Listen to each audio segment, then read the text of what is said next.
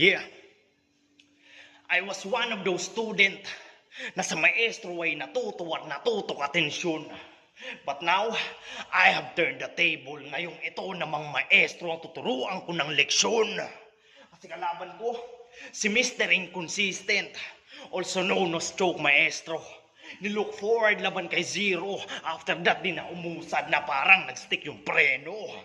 Kasi overhype yan before. Dahil sa kakaibang estilo niya sa duelo.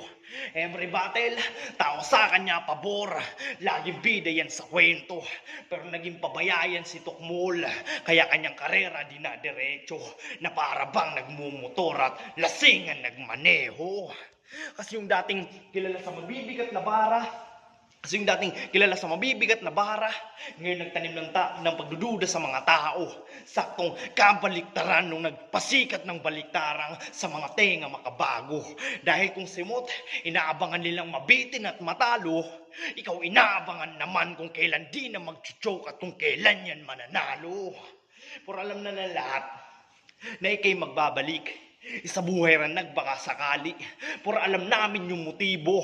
Kaya bigla kang bawi. Na pag-iiwanan na si Gago. O sa laban niya kay Zaki. Sa pag-usa desperado. Kaya nga pilit ini-start kahit wasak niyang Kawasaki.